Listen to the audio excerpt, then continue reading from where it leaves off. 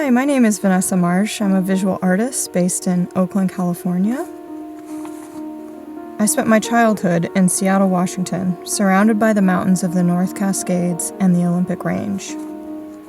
Rather than trying to capture a literal or realistic landscape in my images, I hope to portray the feelings of a landscape, the essence of experiencing a place.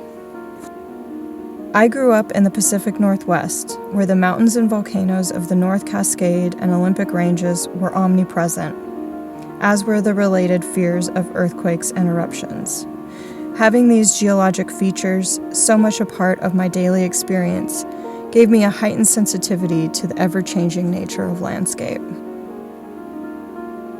While my work is based in photographic materials, I utilize non-traditional methods to create imaginary landscapes.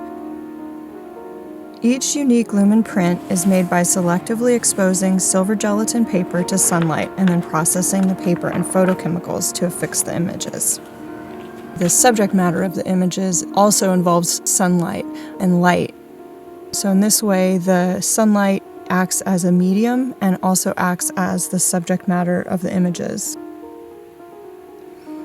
The series depicts layers of pastel-toned mountains and valleys under sunlit skies and considers the nature of light, atmosphere, geology, and time. Reflecting upon the landscapes of my childhood in the western United States, the images are meditations on memory, climate change, and impressions of the sublime. I'd say the thing that inspires me the most is innovating my process and experimenting and coming up with new ways of working. That's the part that I get the most excited about, giving myself a problem to solve and working through the different ways to solve that problem.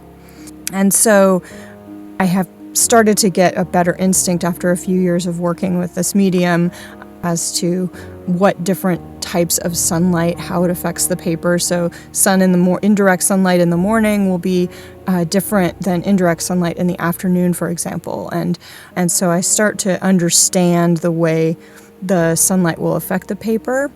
And I can see a general composition as I create the images, but the color does shift quite a bit. So I don't know if I've gotten a print that I really love. I try not to get too attached to anything until I actually see the dried print, just because you just don't know how things are going to shift. And I try to be a little cold-hearted with myself during the process, and if something isn't working, put it to the side and just edit it out immediately. And so that said, I spend a lot of time in my studio just going through prints and seeing what strikes me. I find that if I give myself a little bit of time away from the prints, different things jump out at me. I can learn different things from mistakes. Something that I thought might have been a failure turns out to be something that affects me strongly later on, a couple days down the road.